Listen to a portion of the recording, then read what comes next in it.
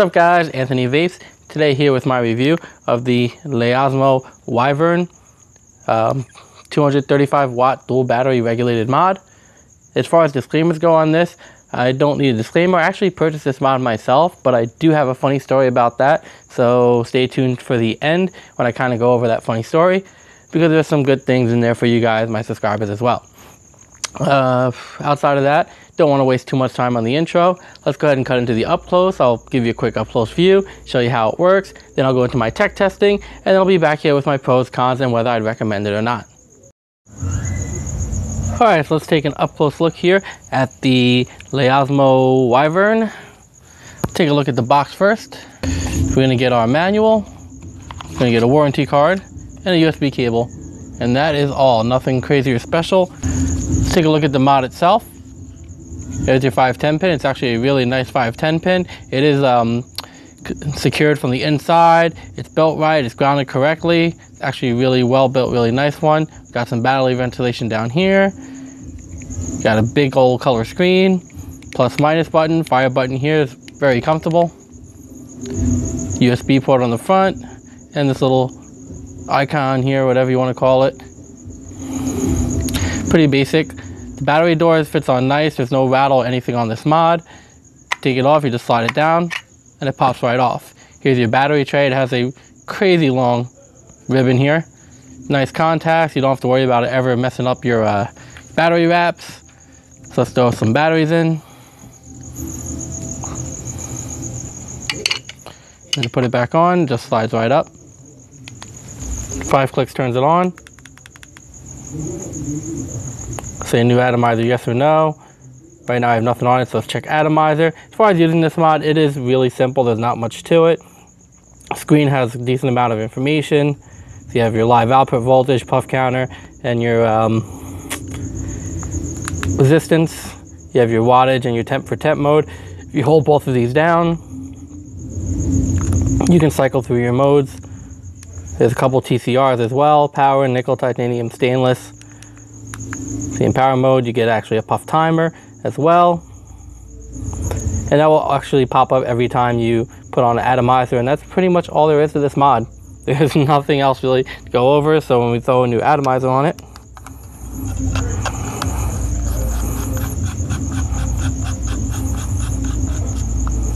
it'll ask you, new atomizer, yes or no. I'm going to go ahead and hit yes. And put it into temp control. Now temp control up and down, you can select your temperature. If you press both at the same time, then you can set your wattage. So that's how you cycle back and forth. Really simple to use. The only annoying thing is when you press both, it'll usually change it by one. So it's a little annoying, but other than that, no big deal. It also asks for new atomizer every once in a while if you leave it sitting. But big color screen, battery monitor mode, very nicely done. So let's jump into the tech testing and then to the outro after that. Alright, so let's take a look at the test results for the Laismo Wyvern. So I did color code the chart to make it easier to see. The mod settings are blue, so at 0.1 ohm resistance, it maxed out at 136 watts. That's where it hit its limit. So when I got down to the 100 test, it was 6 watts high. 75 test was 6 watts high. The 50 was 9 watts high, and the 25 was 3 watts high. At 0.14 ohms, it maxed out at 182 is where it hit the watt limit. And it also still hit that at 175, staying in the hitting high zone. At 150, it hit at 160. At 100, it hit at 108. At 75, it was at 81. And at 50, it was at 53. And at 25, it was 29. So 0.19, same thing, it maxed out at 183, and it still hit high all the time. Here's 14 watts high, 13, that was only 9, that was 6, and that was also 6. And then at the 0.53, the high ohm test to see what the volt limit is, it maxed out at 97. When I got down to 75 watts, it put out 88. When I got to 50, it put out 61, 25, and 30. So overall, you can see it did hit high outside of when it hit its limits. But there's a little more caveat to that. We'll go over it. So here's the actual looking at the results of it. The batteries I used for the testing was the LG HB6. The amp limit I got at 37, the volts at 7.153, and the watts at 183. So my notes, resistance is accurate, it's around 0.01 low. Adjustment's really fast, which was nice during my testing. Output is a little shaky and not smooth. We're going to go over that in a second. Wattage drops a bit towards the end of a long puff at high wattages over the 150 marker. And the mod never got hot. It did get a little warm at the max wattage test, but never got anywhere near anything to be concerned about. Now my issue here though is with the output being shaky and the wattage dropping, especially at the higher wattages. It dropped quite a bit. Not so much at the lower wattages, but still, basically, even though it's hitting higher, it feels a lot weaker than it should be, because of the fact that it's a very shaky, not a smooth hit, and also the fact that the wattage drops during long puffs. So you really feel like the mod is throttling down, and even though it's technically hitting higher, it feels like it's hitting a lot weaker than what it should. You actually have to turn it up, not turn it down, to get the right amount of power to power your build the way it should be. So I didn't really care for that at all. Other than that, 7 volts is pretty good. When you look at the max, amp 37 is about average. Most dual battery mods are between 35 and 40. Soft cell cutoff, I put it 3.2. The batteries are actually about 3.17 when it didn't want to really fire anymore. I'm going to round it to 3.2 because it was pretty useless after 3.2 anyway. Temp control notes, it does feel pretty accurate. The ramp up isn't great regardless of the watt setting. It could be better. It was very smooth and consistent. The best settings are around 420 to 480 depending how hot you like. It has really good dry burn protection even over 500. No matter how high I put it, it never got to the point of almost burning my cotton. So overall I'd say it's a very good temp control mod. I was pretty impressed with it, and I handled every build I threw at it with no issues. So temp control definitely performed a lot better than the watt mode did for me. And those are your test results. Let's go ahead and shoot into the outro. Alright, now we're back. We had a up-close look at it. We have the tech testing results. Now let's go over the pros, cons, and whether I recommend it. And stay tuned after that for something else I have for a surprise. Probably better if I had the air open.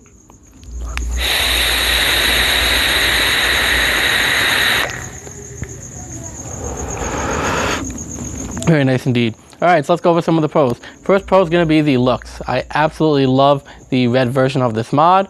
It does come in some other colors as well. I know it comes in black. I'm not sure if there's anything else. I think it's just red and black. But absolutely love the red one. It's supposed to be designed to look like a Ferrari or something. Anyway, next one's going to be the 510 pin. It does have an excellent 510 pin on it. Just the whole design of it, the way they did it, absolutely excellent. Should give nobody no issues. Next one's going to be the firing button. I love that this feels like a right-handed mod. I have the screen on the outside, you know, I'm right-handed, and the fire button's right here on the top. Makes it very comfortable mod to fire, and very comfortable, easy to see my settings with the big color screen, so.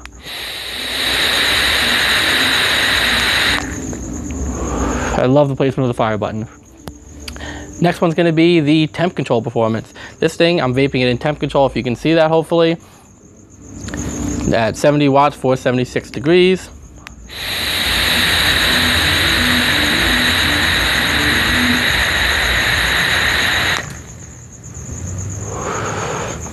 Whew. Absolutely excellent temp control performance. It does ramp up a little bit slow on the temp control, but other than the fact that it ramps up slow, it works really, really well in temp control.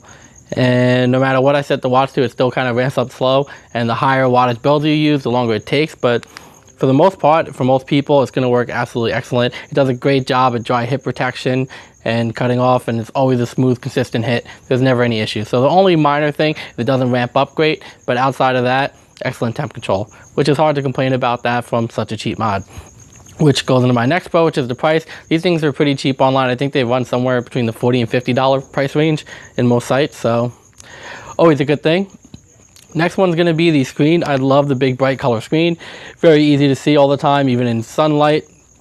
I never have any issues with it. If I'm wearing sunglasses, it does kind of look dim, but you know, sunglasses do. Outside of that though, it's a very easy, bright, simple screen with lots of information. I love the big color screen on it.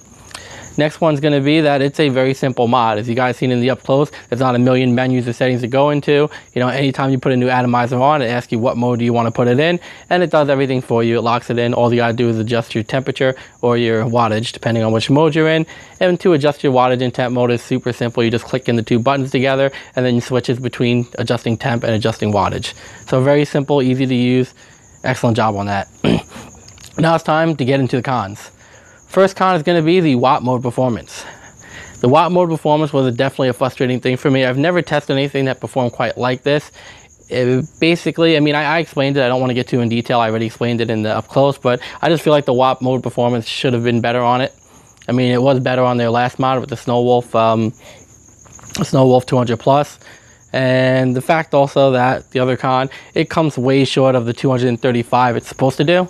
That's what it says on it. Wyvern, yep, 235 watts. Yeah, no, doesn't come close to that. I tapped out at 183. There might have been a resistance range somewhere between what I did where it went a little bit higher, but I mean, the 0.15 is usually a very good gauge on when it's going to perform best. So I was pretty surprised at how short it came up. You know, I wish it would have done more, so that's a con for me. But 183 is still not bad. But like I said, still think it should have been better. And if you use the super low resistance coils, it taps out pretty early, but it's the same amperage and everything else. So basically the fact that it doesn't do its watts is another con. Now the question is, do I recommend it or not?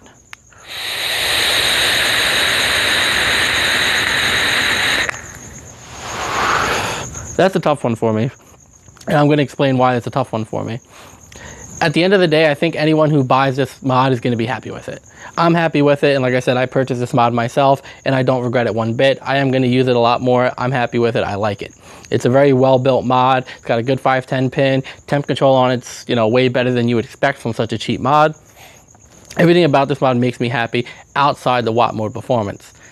You know, the way that it performed was really interesting. The fact it fell a lot short makes me kind of want to say no, but in the same sense, I don't recommend vaping over 150 watts in a dual battery mod because most of us are using 20 amp batteries.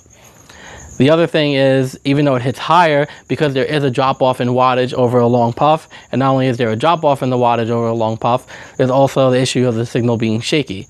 What that means, basically, with those two factors in, is even though it's hitting high technically, it feels like a weaker hit than what it should be. So realistically, if you turn it up an extra 10-15 watts or so, it's going to be fine. So if you normally vape at 70, you put this at 85, it's going to feel about the same, you know, 80 to 85. Yeah, so basically, I mean, it just feels like a weak hitting mod. That's the end result of all the stuff that I've seen. It winds up feeling like a weak hitting mod. It's not the first mod to do that. I have passed other ones that have done it. So I actually went and I polled a bunch of my friends to kind of get their opinion because it was such a hard choice for me. And if you guys don't know, I do keep a Google sheet of basically mods I recommend to help people shop. So I decided of adding to that. And my first thought was I was going to add it in as a mid-range temp control option, a cheap mid-range temp control option, but not add it in as a watt mode mod. Which is weird because usually it works the opposite way, where a mod does good in watt modes but is bad in temp mode. So I basically polled a bunch of my friends to see what they said, and the general consensus for talking to everyone is that it should get a yes, but with the caveat that it is a weak hitting mod, so you are going to have to turn it up high. And if you vape over like 120, 130 watts, it's really not a good mod for you in that sense. If you vape under that, it's fine. I mean, it does do 180, but it always feels like it's weaker than it is. So, you know, at the end of the day, if you're going to vape like under 120 watts, whatever, it's going to do just fine for you. Turn it up a little bit more and it'll be fine. But other than that, it's a really good mod. I mean, there's not much more to say about it. It's going to last. It's built very well. The 510 pin's good. I mean, with all the issues we see on other mods in this price range, that one issue doesn't seem like that major of a deal to me. And I do think everyone's going to be happy with it. Because like I said, I purchased this myself and I'm pretty damn happy with it.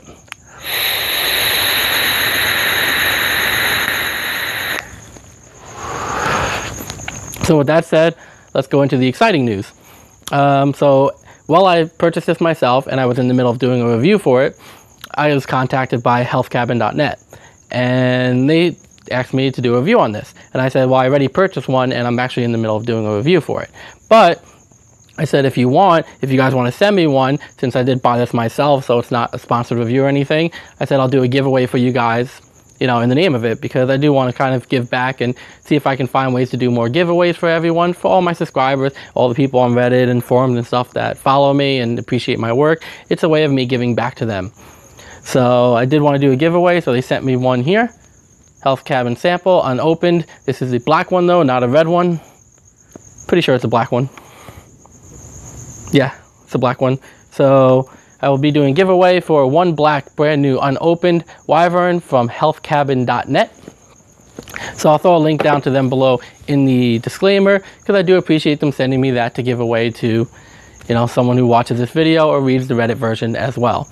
So if you want to enter the giveaway, I'm going to put a link down below to the Reddit thread. Mind you, the link won't show up necessarily as soon as the video does. It might take about 20-30 minutes for me to add the link in. So just make sure to check back and get that link, or just head over to Reddit. It should be pretty easy to find. So yeah, all you got to do is jump over to that thread and I'll have all the details on how to enter the giveaway. All right, so I want to thank you guys for watching. I do have a pretty exciting week coming up. Tomorrow I'll be doing the Tarot Pro.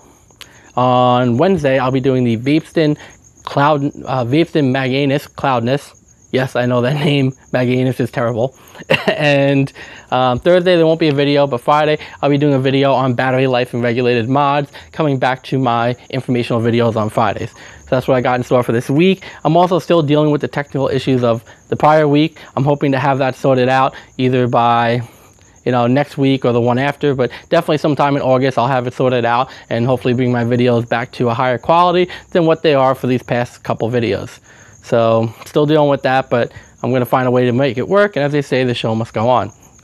I want to thank you guys for watching. Please give me a like and subscribe, comment down below. I do try to answer them all. This is Anthony Vapes, as always, keeping it honest. Hopefully you guys can say you're doing the same, and I'll catch you on my next review.